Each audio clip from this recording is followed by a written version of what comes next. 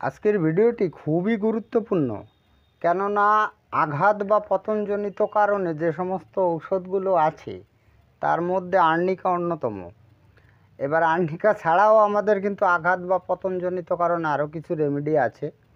তো আজকের ভিডিওতে আমি এই আর্নিকার অ্যানাটমিক্যালি সিমটম, মানে আর্নিকা ঔষধ প্রয়োগ করার জন্য আমাদের শরীরের মধ্যে যে সিমটমগুলো দেখা যায়, স্বচক্ষে দেখা যায়, সেটাকে বলা হয় অ্যানাটমিক্যালি সিমটম।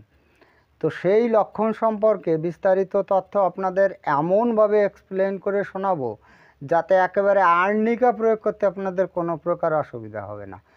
আপনি অবশ্যই বুঝতে পারবেন যে এই রোগীকে আর্নিকা দিতে হবে, এমন কিছু লক্ষণ আপনাদের সামনে এক্সপ্লেন করে শোনাবো। তো ভিডিওটি ভালো লাগলে লাইক কমেন্ট শেয়ার করবেন, এবং আপনি যদি এই চ্যানেলে নতুন এসে থাকেন তাহলে চ্যানেলটিকে সাবস্ক্রাইব করে রাখবেন পরবর্তীতে নতুন ভিডিওর নোটিফিকেশন সবার আগে পাওয়ার জন্য। এবার আমি আগে লিখি যে আর্নিকা মন্টেনা, আর্নিকা মন্টেনা, ঠিক আছে, আর্নিকা মন্টেনা, এ তো সবাই জানেন।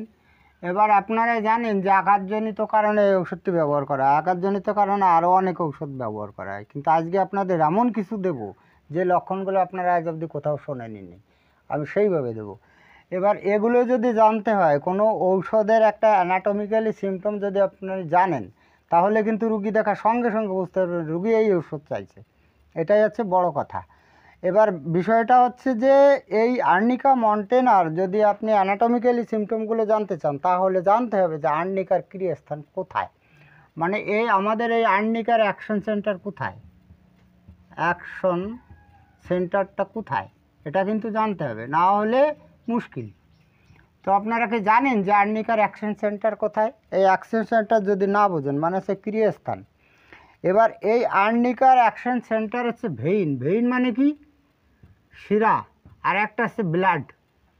এই দুটো জায়গার উপরে আর্নিকার কিন্তু প্রধান ক্রিয়া। এবার এই দুটো জায়গাকে কেন্দ্র করেই কিন্তু অ্যানাটমিক্যাল সিমটমগুলো দেবে। এবার এই দুটো জায়গা যদি আপনি না জানেন, এই ব্লাড আর এই ভেইনের মানে শিরার যে বৈশিষ্ট্যগুলো না জানেন, তাহলে আপনি তো বুঝতেই পারবেন না যে রুগী হাইপেরিকাম চাচ্ছে না আর্নিকা চাচ্ছে। তো যাই হোক, আমি কিন্তু এর অ্যাকশন সেন্টার লিখে দিলাম। ভেইন, ভেইন মানে হচ্ছে শিরা, আর ব্লাড মানে হচ্ছে রক্ত। এবার আমাদের শরীরে এই ব্লাড মানে কি, ব্লাড সার্কুলেশন, আর্নিকা মন্টেনা কিন্তু রক্ত সঞ্চালন ক্রিয়া নিয়ন্ত্রণ করতে পারে। এই রক্ত সঞ্চালন ক্রিয়ার উপর প্রচুর কাজ আছে, আর হচ্ছে এই ভেইন বা শিরার উপরে কাজ আছে। এবার একে কেন্দ্র করে যে লক্ষণগুলো হয়, আমি কয়েকটি লক্ষণ আপনাদের লিখে দেবো। আর্নিকা রুগীদের মধ্যে ওগুলো থাকতে হবে, নচেত কিন্তু আর্নিকা হবে না। এবার বিষয়টি কীরকম আমি আপনাদের এক এক করে বোঝাবো, 1 2 3 করে লক্ষণগুলো লিখে দেবো, ঠিক আছে। এবার আমি নাম্বার ওয়ানে লিখি বাতের ব্যথা। আপনারা এটা জানেন যে শুধু পতনজনিত কারণ না, বাতের ব্যথায় আর্নিকা ব্যবহার করা হয়। কোন ক্ষেত্রে ব্যবহার করা সেটা বলে দেবো। বাতের ব্যথার গতি, ঠিক আছে, বাতের ব্যথার গতি নিম্ন থেকে ঊর্ধ্ব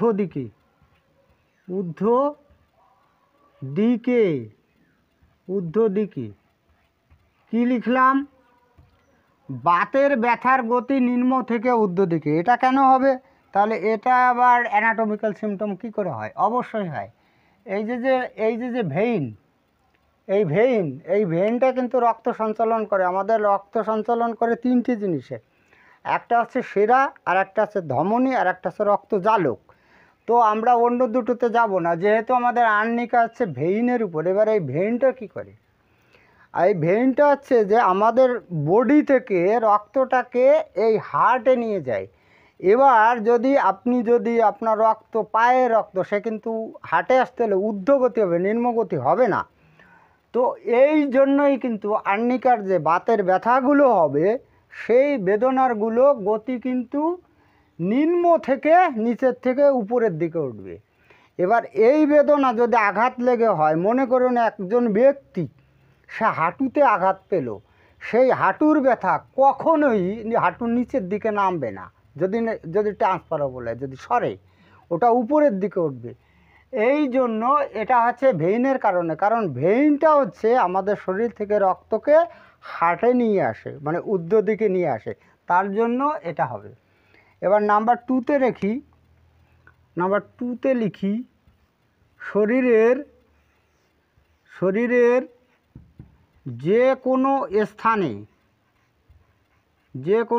স্থানে নীল বর্ণের দাগ, নীল বর্ণের মানে এটাকে বলা হয় ব্লু, ঠিক আছে, ব্লু স্পট বলা হয়, এটাকে ব্লু স্পট বলা হয়। হ্যাঁ, শরীরের যে কোনো স্থানে নীল বর্ণের দাগ যদি আর্নিকা রোগ হয়ে থাকে তাহলে কিন্তু শরীরের বিভিন্ন জায়গায়, বিশেষ করে পেটে পেতে পারেন, সেটা টাইফয়েড জ্বরে হলে হতে পারেন। যে কোনো রোগে যদি আপনি শরীরে নীলবর্ণের দাগ দেখেন, নীলবর্ণের স্পট দেখেন, তাহলে আর্নিকাই হবে তার একমাত্র ওষুধ। এটা কেন হয়? এই যে আমি আপনাদের যেটা বলেছি, আপনার যদি লাইফ সায়েন্স সম্পর্কে জ্ঞান থাকে, তাহলে এই যে ভেইন, এই ভেইন মানে হচ্ছে সেরার উপরে যে আবরণী থাকে, এই আবরণীটা কিন্তু নীলাভ বর্ণের, মানে হালকা হালকা নীল বর্ণের, ওই চিংড়ি মাছের বডির মতো নীল বর্ণের থাকে, ওটাকে নীলাভ বর্ণ বলা হয়। তো এই ভেইনের যে আবরণটা থাকে, সেই আবরণটা কিন্তু নীলাভ বর্ণের একটা।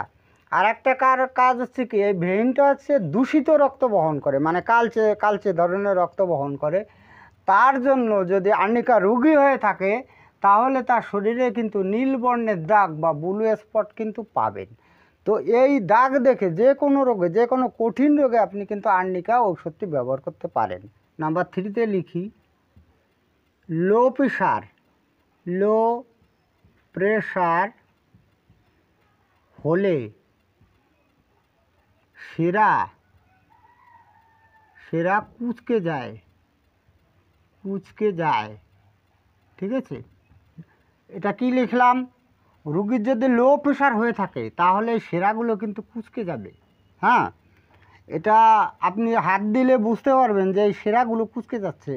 এবার ঘটনাটা হচ্ছে এই শিরাগুলো দেখানোর দরকার। দেখুন, এই যে আপনাদের একটা ছবি দেখানো হচ্ছে, এই ছবিতে যে নীল বর্ণের যেগুলো দেখতে পাচ্ছেন, এই তীর চিহ্ন দিয়ে দেখানো হচ্ছে, এগুলো হচ্ছে শিরা।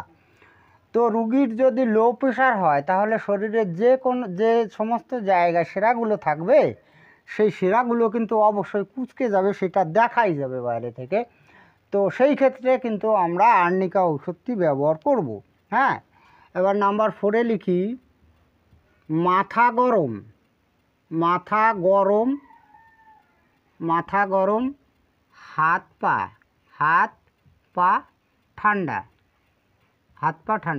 এটা আপনারা মুখস্থ করেছেন, ঠিক আছে, যে আর্নিকার রুগীদের মাথা গরম থাকে, হাত পা শীতল থাকে বা বডি শীতল থাকে।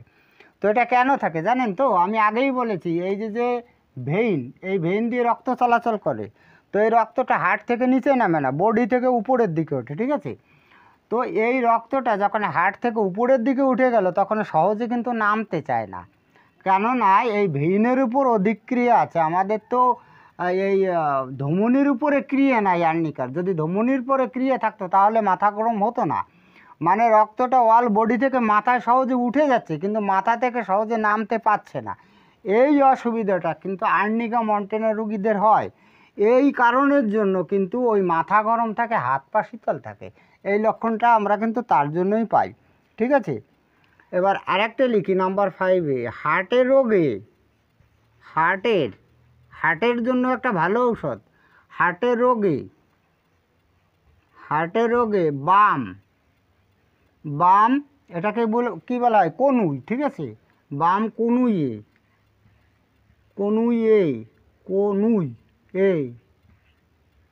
কনুইয়ে ব্যথা, হার্টের রোগে বাম কনুইয়ে ব্যথা। কি বললাম কথাটা ভালো করে বুঝুন। হার্টের রোগে বাম কনুইয়ে ব্যথা, এই আমাদের আর্নিকা মন্টেনা কিন্তু হার্টের রোগে ব্যবহার করা হয়। কিন্তু এটা যদি হার্টের রোগে ব্যবহার করতে হয় তাহলে রুগীর এই বাম হাতের কনুইয়ে ব্যথা থাকবেই থাকবে। এটা কেন থাকবে? এই যে আর একটা ব্যাপার, এটা হচ্ছে আমি আগেই বলেছি যে আর্নিকার কিন্তু এই ব্লাডের উপরে, অর্থাৎ ব্লাড সার্কুলেশনের উপরে কিন্তু ভালো ক্রিয়া আছে। এবারে এই ব্লাড সার্কুলেশন হয় যখনই, তখন এই আর্নিকার এই ভেইনের উপর ক্রিয়ে থাকার জন্য বডির নিচের থেকে উপরের দিকে ওঠে। এবার যখন এই রক্তগুলো হাত থেকে উপরের দিকে ওঠে, তখন এখানে কপা টিকে থাকে, মানে দরজার মতন কিছু থাকে। তো এইখানে গিয়ে ব্লাড সার্কুলেশনে বাধা হয় আর্নিকা রুগিনীদের জন্য। সেই জন্য ওই হার্টের রুগীদের এই হার্টের প্রবলেমের সঙ্গে কিন্তু এই কনুইতে বেদনা থাকতেই হবে। এবার আপনি যদি কোনো হার্টের রুগীদের এই লক্ষণটা পান যে হার্টের প্রবলেমের সঙ্গে বাম কনুইতে ব্যথা, চোখ বন্ধ করে আপনি আর্নিকা মন্টেনা ব্যবহার করুন, রোগ আরোগ্য হয়ে যাবে। ঠিক আছে, এবার নাম্বার 5-এ লিখি, নাম্বার 6-এ লিখি বিছানা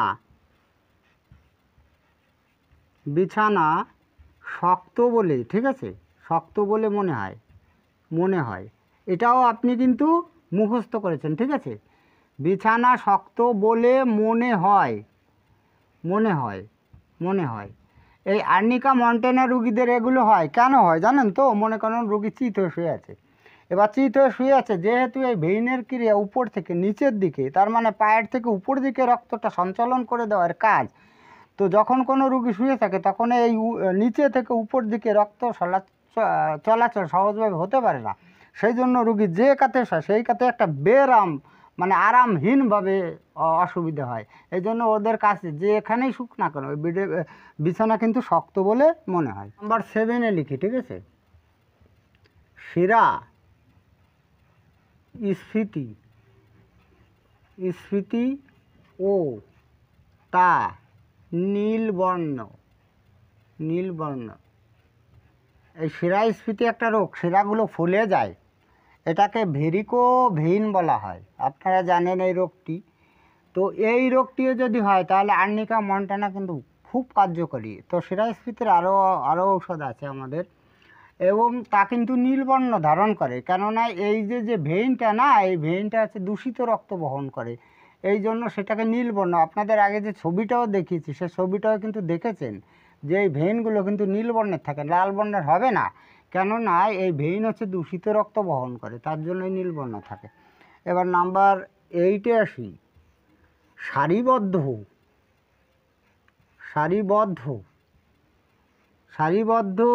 বা সুন্দরভাবে